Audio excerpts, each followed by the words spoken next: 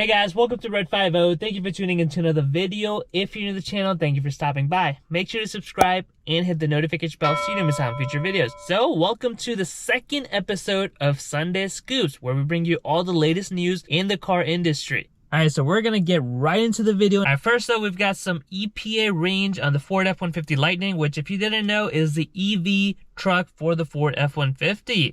When it was first launched, there was some controversy around it because everyone wanted the trucks to be V8. Of course, they have switched to EcoBoost, and now we're looking at the trucks being completely electric, which wasn't really a concept that sat right with the crowd. But when Ford announced it, they did say that the Ford F-150 Lightning is going to have 230 miles to 300 miles range with the EV batteries, and that was kind of skeptical at first because obviously a big, heavy truck.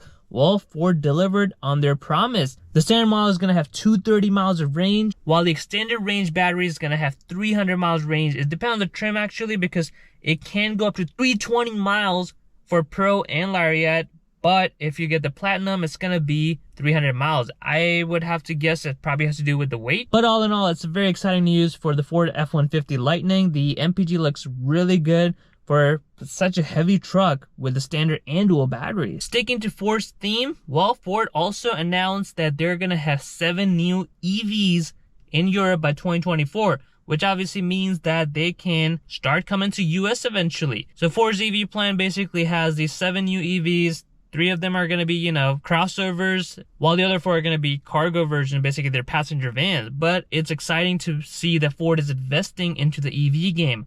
Of course, we would prefer to have them have a lot of, big V8s, the Coyote motors and all that stuff, the 6.8 engine.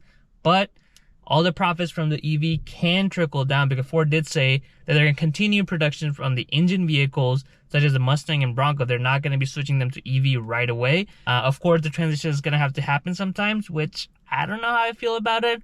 But they're going to stick to it, and they're going to have engines for as long as they can able to produce it until the regulations kind of catch up and Ford is forced to give up the engine options on the Mustang, Bronco. Also, not to mention that these Ford EV that we just talked about with the crossovers are actually going to be on Volkswagen's MEB platform. So it's kind of interesting that they're collabing on that and coming up with a new EV where Ford is using their EV platform to come up with their own vehicles. I think it's kind of exciting, and maybe the partnership is going to result in more interesting vehicles. And lastly, we've got some unfortunate news for potential Tesla buyers. Tesla has increased the price for all of their models, especially the Model 3. Model 3 was supposed to be one of the more affordable versions of Tesla, and you see them all over the place. I mean, since Model 3 has announced, you see so many people with Tesla, which was a great move. It started off like around $42,000 for the base range. Now they're going to be starting for $46,000, which I feel like is not all that affordable. Not to say the $40,000 car is affordable to begin with,